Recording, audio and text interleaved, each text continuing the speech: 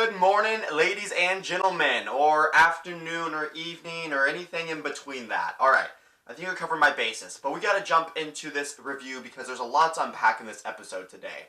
Let's start off with what we're working with. Season 3, Episode 41, Drive It Home, Iron Fist. And right off the bat, as soon as I heard that title, I was like, we're getting more from my man Testutesu.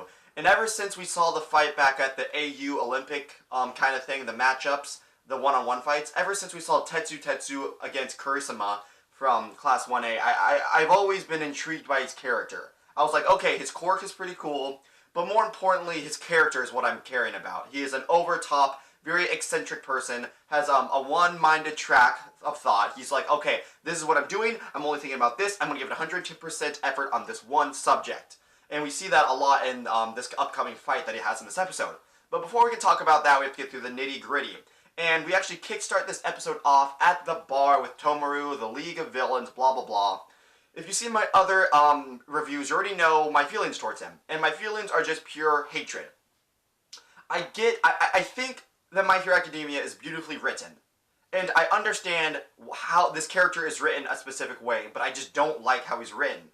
So I'm not saying that the creators of My Hero Academia, they wrote every other character and every other plot and all these other things beautifully, but they just failed at Tomoru. No, I believe they did. I get why they're writing him a certain way, but I just don't like how he's coming across. To me, he's coming across as this wish-washy little boy that's throwing a tantrum, or whatever, and just doesn't have any morals, any ideology, and he just like says, oh, I believe in this, or I believe in this. But basically, he does whatever he wants to get what he wants, and he doesn't even know at the end of the day what he truly wants in life. Sorry, that aside, let's jump into what he's talking about. Basically, he's talking to his partner in crime. I can't remember his name, but he has the quirk that lets him teleport things with his like weird shadows. And while he's talking, he's basically saying like, well, our first attack, we had all the right equipment, we had the Namu, we were all prepared, but our problem was we were going up against the main boss, you know, All Might. And he's comparing it to a video game. He's like, you can't just start off with the main boss. You have to work your way up. And he's basically, I rethought my plan on how I'm going to make the Hero Society fall. First, I need to start at the bottom, you know. I need to show everyone that there are cracks and that it's kind of a facade, that the Hero Society is not perfect. And then he goes on to explain, the Vanguard, that's their purpose. I don't give a crap whether they accomplish their goals or they don't accomplish their goals. And we're going to talk about their goals in a little bit. He's like, it doesn't matter. All that matters is that their presence is known to the heroes at the forest. So as long as the Vanguard's presence is known, like, hey, we're here, we're a threat, we're all good. The heroes, in the back of their minds, an idea will be planted, like, hey man, there are people that are standing up against us. And even if it's just the smallest idea, slowly but surely, we'll nurture that idea, and we'll make it be grown. So right now, Tomoru is just trying to plant the idea in the Hero Society that there are villains out there that are willing to oppose them, and that the Hero Society is not perfect. Once that seed is planted, I'm assuming Tomoru's next step, which we're going to talk about, is to feed it and nurture it until most of the heroes are doubting, like, are we doing the right thing? What's going to happen? And the way they're going to do that, and the way they're going to show the facade, is by basically kidnapping Bakugo. This is kind of speculation. We know they're going to kidnap Bakugo. It's been confirmed in this episode that is their goal. They're trying to kidnap Bakugo, but why are they trying to kidnap him? I believe that Tomoru states something like, it's not even just the villains they're oppressing. They're also oppressing other people. And while he's saying that, he's holding a picture of Bakugo. And it's actually a picture that they took at the AU Olympics. You know how Bakugo came in first place, but he was really pissed because he came in first place basically by Todoroki letting him come in first place. So All Might had to like chain him up, and he's like, this is not how I wanted to win. So Tomoru's looking at that picture, and it's like, we're not the only ones being oppressed. So I think what's happening is, the Vanguard is putting the seed of doubt in the Hero Society. Then they're going to kidnap Bakugo. They're going to talk to Bakugo like, oh, you don't want to be part of the Hero Society, you want to be part of us, the villains, you can still fight, which basically it seems like that's all Bakugo's about. And then once Bakugo, not saying it's going to happen, but this is his idea, once Bakugo conforms to the villain side, the heroes will be like, oh wow, they took one of our up-and-coming heroes and they made him into a villain. If one of our better heroes can do that, what does that say about the rest of us? Are we all just villainous on the inside? Whoa, what's going on with life? So I think that's how they're going to nurture the doubt in their life. And then they're going to use Bakugo in some evil ways, I'm sure. And they're going to keep nurturing that little seed of thought that the Hero Society is decaying from the inside out. So those are just my thoughts on Tomuru's plan and what he's trying to do. But basically we just get like a few minutes of him talking, and then we jump over to the cliff where we actually left off with Deku doing his 1,000,000% Detroit Smash. And what's happening over there is Deku got the living shit beat out of him. Not only did Muscular beat him up physically, he also used 1,000,000% of his power. We've never seen this before. His arms literally look like accordions. Like, you know how accordions go, dur, dur, dur? His arms look like that. They're bad. It's not good, man. Even if Recovery Girl can work on him, he's screwed. And I just feel really bad for Deku, you know. Once he finally masters One for All, you know, when he's in his 20s, he'll only be able to use it for like an hour. So, besides the point, I can talk about that another day. But Deku's like, okay, I defeated this guy, but that's not where the battle ends. Clearly, more shit's going down in the forest. I need to get to Aizawa or to the Pussycats. I need to get to someone of leadership, and I need to tell them what's happening so they can relay the message that these villains are not just a little threat. They're a real deal, and it took everything I had. I have one of the strongest quirks in the entire anime, if not the strongest, and it took everything I had to take down this one villain. So you better bet your bottoms he's getting down there to relay the message that these villains are no joke. And he's talking to Kota, and I really like this, because I really thought, like, okay, you know, Kota looks up to him as a god now. Kota's going to be a throwaway character from here on out. But Deku, he sympathizes with Kota. He's like, I need your help. I can't do this without you. You know how you saved me by using your quirk to distract Muscular? I need you now to save all the other heroes with your water quirk. Because as far as we know, besides Todoroki, who has ice, not really water, he's the only water quirk user right now. So Deku's basically like, I need you to get down there and put out all the fire. Because what's going to happen is, you see the gas and the fire, they're trying to corner us in. Like rats. They're going to corner us in and then kill us one by one. And so I really like how he wanted Kota to help him. He wasn't just like, okay, you know what, Kota, shut up, follow me, I'm going to take care of everything. He was pleading with Kota to help him out. Thought that was really cool. And also, another thing about Deku, not only is he very intelligent, because he's like 3rd in the class or something ranked, when it comes to fighting intelligence, he's also extremely intelligent. You see this from every single student in this anime. They think critically about their situation, and they're like, okay, this is the best sense of action. And they do it like that. Deku, when he was fighting Muscular, he purposely did not use 1,000,000% or even 100% in his legs. Because he's like, okay, if I can defeat Muscular, what's the point? My arms and legs will be broken. I can't do anything. So he purposely, in the heat of battle, went through all the process to think, okay, I need to make sure my legs are okay. And he even states that. He's like, okay, Kota, we're gonna go talk to the other heroes. And Kota's like, how, you're beat up? He's like, don't worry, I made sure my legs are okay. So I just wanted to applaud Deku's like fighting intelligence. He's extremely smart in that regard. And just basically all of Class A and all of Class B's fighting intelligence. Besides Bakugo, he's a mother trucking idiot. He'll just dive right in and get anyone with him killed. It doesn't matter. For all I care, he can be kidnapped and killed. No, I'm kidding. Bakugo's starting to warm up in my heart. His explosions have reached my heart, and I love him now. No. So with that, we actually jump over back to the lodge where we have all of Aizawa and all the other failing students. We have a little rehash of Aizawa running out of the school, and then Dabi exploding him in the face. We get this really interesting scene that's kind of cleared up, kind of not. But basically, Aizawa clearly dodged Dabi's fire attack. He negates Dabi's quirk with his own, and then he wraps him up with his tape-like thing. And he like has him pinned on the ground, and he literally just breaks his arm. Doesn't make a big deal out of it. He's just like, okay, I broke your arm. If you don't tell me what's going to happen, I'll break the other one. And I find it very, very funny, because Aizawa is this like pure, cold, logical person, and it seems like Dabi's the same. Dabi's laying on the ground. He's showing no pain. He's like, okay, he broke my arm. I don't want him to break the other one. It's just, they're both these cold, heartless, logical beings that are coming face to face, breaking each other's limbs, and not even showing any emotion about it. I thought that was funny. But, so Aizawa has him on the ground, has him pinned down, but then a group of A1 students run up. I think it was Ida, Minita, Soda, I can't remember if there was another one. But basically, they run out of the forest. Aizawa gets distracted. Dabi escapes. And Dabi says in his, like, he's thinking internally. He's like, okay, I've taken as much damage as I can. I need to get back. And with that, he starts to, like, morph into this sand and, like, or mud and just falls on the ground. And Aizawa was like, oh crap, fire wasn't his real quirk. And I was like, wait, what's happening? he can be a mudman, and he can use fire, and he can use his quirk while Aizawa's negating his quirk. What's going on? What actually is happening is another villain named Twice. It wasn't actually stated in this episode, but more than likely because it kind of inferred it. Get the scene where Dobby and this villain Twice are standing in the forest alone, and Dobby's like, okay, I need you to make another one of me and send him out. So pretty much it sounds like Twice can make a clone of anyone. Which, we've seen this before, it's no biggie. Okay, characters making clones of other people. I've seen it in almost every anime. What makes it so dang OP was, he made a clone of Dobby, and then that clone could use Dobby's quirk. That's pretty OP. And is this Twice able to make mini clones? Could he take Dobby and like, okay, there's 10 clones of you now, go wreak havoc and burn down the whole forest? Or can he only do one at a time? I'm not going to spend a long time trying to figure out the ins and outs. I would like to make a discussion video about his quirk. If you want to hear that, comment down below. But basically, Dobby and this other villain named Quirk are in the forest, and this other villain named Twice are in the forest, and it's very clear that Twice can make clones of other people.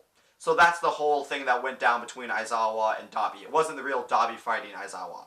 And that's probably why Dobby said in his head, okay, this is how much damage I can take. So there's probably a limit to how much damage one of the clones can receive before they go back to their like mud form, I guess. Anyways, let's move on to one of the most frustrating things I found about all of My Hero Academia. So Deku is running with Kota on his back, and he runs into Aizawa, and he's like, hey, and Deku's like, hey, I have some information I need you to relay to everyone, blah, blah, blah, blah, blah. And Aizawa's sitting there like, oh, he's not even listening to what Deku's saying. It's like going over his head. Aizawa's more focused on, oh no, his arms are banged up, that means he uses quirk. I don't remember giving him permission to use his quirk. And then he like chews out Deku, who's like, hey, remember what happened when you were fighting Hero Killer Stain and how you got berated by that and you basically could have got kicked out of AU? You can't be using a quirk if I don't give you permission.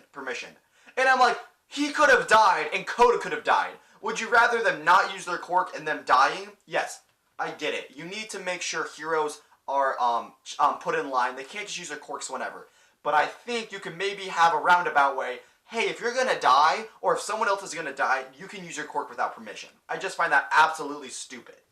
But anyways, Aizawa's like, okay, I'm gonna take Kota, we're gonna put out the fire, you need to go get to the Pussycats and tell Mandalay to relay this message to everyone. So that's what happens. Aizawa runs off the opposite direction with Kota, so Deku's running over to the Pussycats. We jump over to the opening where the Pussycats are fighting, and the only thing to note here is that the villain Spinner, he's the lizard guy with that really weird sword made of little swords, I don't get it, he's fighting Mandalay. And Mandalay says something like, I'm a hero, I'm going to take you down. And then Spinner states like, no, you're not a true hero, you're a fake, I'm going to take you down. And so I'm like, okay, this must be one of the people that was thrown into action because of Stain and his actions. So this is probably a follower of Stain. I believe Dobby is also a follower of Stain. But not all the villains and the Vanguard are followers of Stain. I feel like some of them are just out for blood, like Muscular and Moonfish. They don't give a damn about morals and stuff. They're just trying to kill for fun. But people like Dobby and Spinner, but I believe they're following the ideology of Stain. I know for 100% that Spinner is the lizard guy, and that's because he says this in a little bit.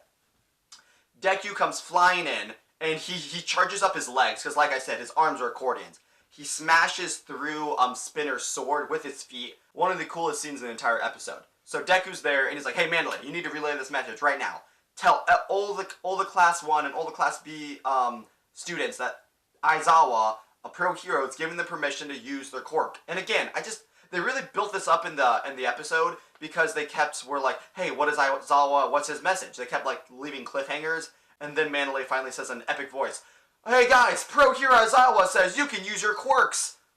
Go ham. And I'm just like, oh yeah, if they didn't hear that message, they would have sat there and let themselves been slaughtered. I don't know why it's such a big deal. I get you can't have heroes running rampant, but again, they would have been killed if they didn't use their quirks. So all of the all of the students are like, okay, we can fight back. And after that, Deku kind of says like, hey, that was Aizawa's message, but Mandalay, I need you to relay this as well. I was fighting Muscular, and I'm 99% sure their target is Bakugo. So Mandalay relays to everyone like, hey, Bakugo, don't be an idiot, run away, don't attack them, they're your target. And of course, out of all the heroes, out of all the students, out of all the civilians, anyone in the forest, that is the worst person for them to target. And for you to say, hey, don't fight the villains, just run away. What do you think's going to happen? He's going to fight the villains. Well, we're going to get there in a second. So after Deku gets that message relayed, he's like, okay, peace out. I'm going to go and try and protect as many people as I can. I don't need healing, so he's starting to run for the forest. However, as he's doing this, you have the villain. I don't remember his name. He's the one that has that giant, like, weird metal pipe thing that he crushed in Pixie Bob's skull. And he's like, crap, if this guy took out Muscular, he's dangerous. I'm going to kill him right now. And he's going in for the kill. Like, Deku doesn't notice him. I believe if he would have made contact with Deku, he probably could have killed him. However, like I stated earlier, Spinner, the lizard dude, he's following the ideology of Stain. He actually blocks this dude, and he's like, hey, you're not going to kill him. And the other guy's like, what are you talking about? The League of Villains, he's on our kill list. We need to kill him.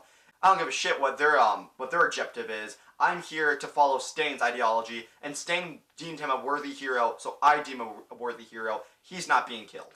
So it's clear at least Spinner has some morals and is upholding Stain's ideology. I don't know to what degree, if he kind of drug it through the dirt. I talked about Stain earlier this week in a video and his ideology. So if you want to check that out, there'll be probably a link somewhere around here, hopefully. But go check that video out if you want to know more about Stain's ideology. We jump into the forest, and of course, guess who's charging in? Balls first, trying to explode everything. Bakugo, not even thinking about it. He's charging in after Moonfish.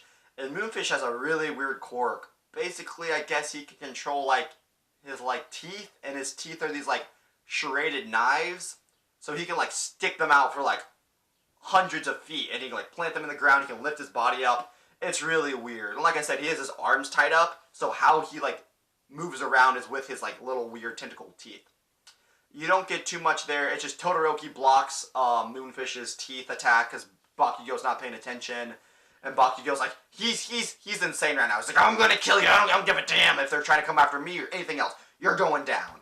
So that's all we really get there. I really look forward to this fight, what's going to happen. I kind of hope Bakugo gets slapped in the face with Moonfish's teeth thing, and he gets shown like, hey, you need to calm your shit down before you run into a battle and get everyone killed. But after that, we finally get to Testutesu. I was so excited. He's with Kendo, and I will not lie. We haven't got a lot on Kendo. She's the girl that can make her hands really big. When we were first introduced to her, I'm like, okay, she's pretty cute. And then I saw her quirk. I'm like, okay, that's kind of lame. After this episode, one of my new favorite characters is Kendo and Testutesu. They have this really cute kind of flirty vibe going back and forth. But Kendo is basically one of the smartest students we have met so far. So you get Testutesu and Kendo running through the forest when they receive Mandalay's instructions. They're like, hey, you can fight back. And then freaking Testutesu's pumped up. He's like, oh, hell yeah. He irons up his arms. He's like, I'm going to beat the shit out of the next person I see. And like I said, he's just a one-train thought of mine. He's like, I need to fight someone. I'm going to find them and beat the crap out of them. And Kendo is like, okay, calm down. But in her head, she's like, wow, I kind of like his enthusiasm he has. They're pretty cute. I really hope that they're a thing later. I ship that. But the reason I say Kendo is so smart, remember the poison that's all around? She's like, hey, you notice how this poison isn't dispersing? You would think if someone were just to, like, let off a bomb, a poison bomb, it would start to disperse out in every way.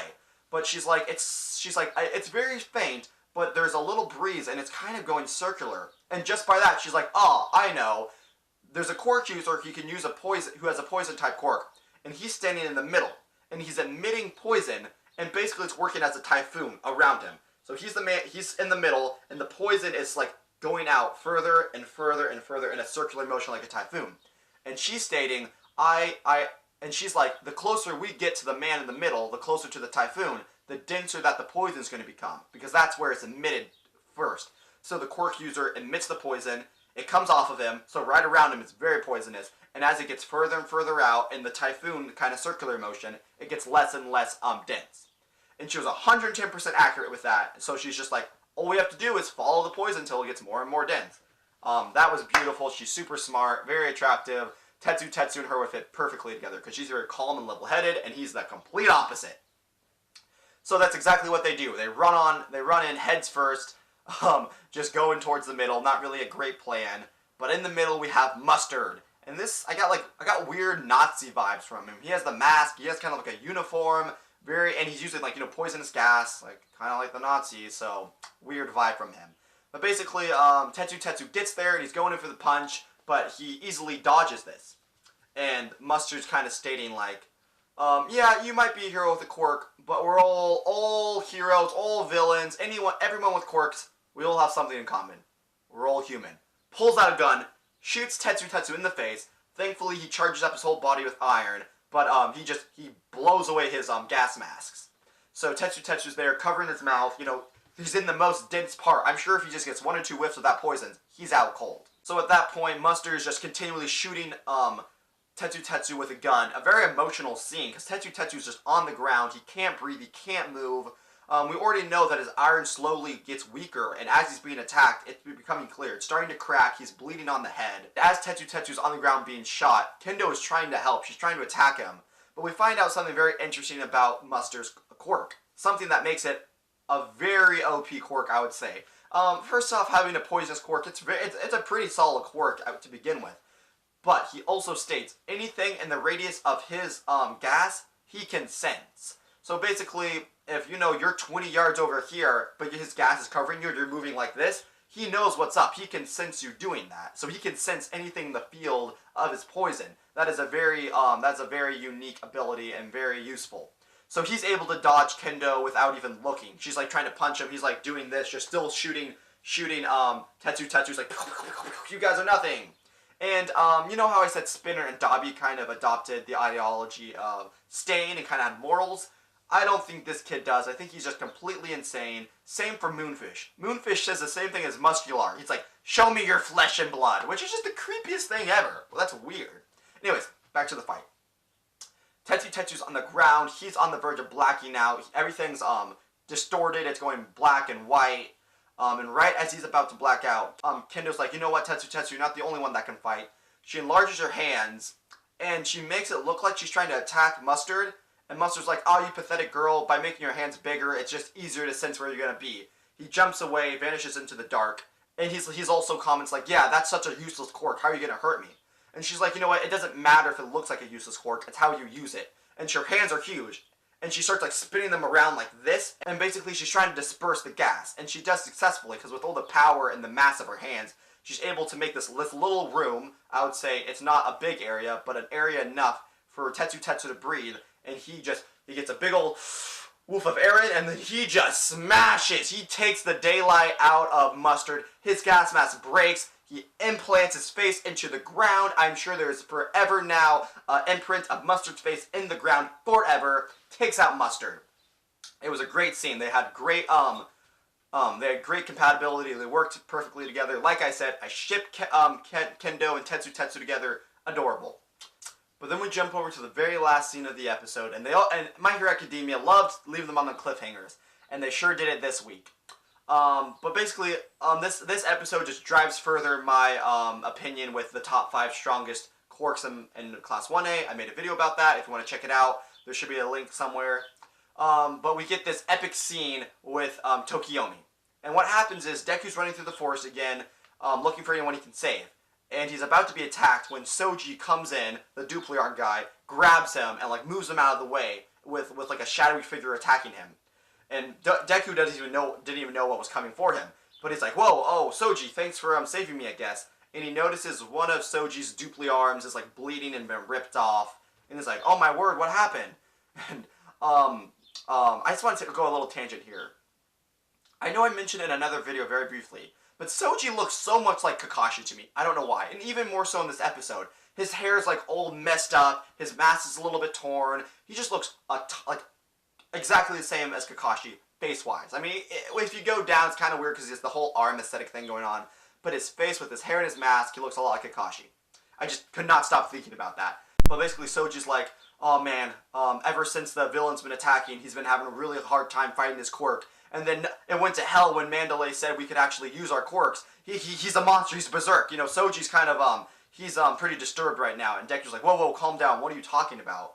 And then Soji's like, Tokiomi, he let his quirk go, and basically he has no control over it. And then we cut over to Tokiomi, you know, a few yards in the distance, and it cuts into like this dark, shadowy area. And Tokiomi's dark shadow is huge. It's literally like encased his whole body. It looks like it's pulling him apart. It's like possessing him. Basically, the dark shadow has become rampant and he cannot control it any longer. And it's morphed into this just giant demonic looking person. And it has Tokiomi in its grips, like it's holding him up in the air and it's slowly wrapping around him. And Tokiomi just yells with all of his willpower. He's like, "Get the hell out of here. If you don't, I will kill you." And as he's slaying this, his like voice is kind of slurring, like he doesn't even have control over his own speech, and it's very like low and like creepy sounding. He's like, "Get out of here, I'm gonna kill you if you don't." And that's where we end the episode. I really look forward to the next episode. Tokiomi is just already one of my favorite characters and has like one of my favorite quirks. I really look forward to what it has in potential. And one of the biggest reasons I want to see what it can do is because I believe, I stated in my other video, I believe Tokiomi will be able to master his quirk one day in the dark. And so if we see how much power it has now, if he can master that, he'll be one of the most OP characters of all time. Anyways, guys, that was my whole review for this episode. I love the episode again. My Hero Academia is just slaying it right now. What I hope to see in the future, I do believe Bakugo is going to get kidnapped. I don't think they're going to have this really big arc of just this very mysterious and kind of evil undertone for all the villains just to get defeated and nothing happen. I believe at least Dabi will get away, probably with some of the other villains, and I believe they're going to get Bakugo out of there. I believe they're going to kidnap him. Like I stated earlier with my theory, how Tomuru wants to make Bakugo go to the dark side, I don't think that's going to happen. I'm sure Bakugo will get kidnapped, and I'm sure everyone's going to go rescue him. That's really all I think will happen. But I can't wait to see more later on. I hope we get more testutesu and kendo action, if you know what I mean, wink wink. But I think that's all I have for you guys. I should be getting the 7 Deadly Sins review out pretty soon. Really sorry, guys, that it's all coming up Tuesday. I had a hell of a weekend. Like I said in my last video, we had a thing called Tulip Time, and we were just slammed. I was at work till 1:30 yesterday. It sucked. But I got some good sleep. I'm really excited for tomorrow's review. You guys have a fantastic rest of your day. 2D Life, peace and out.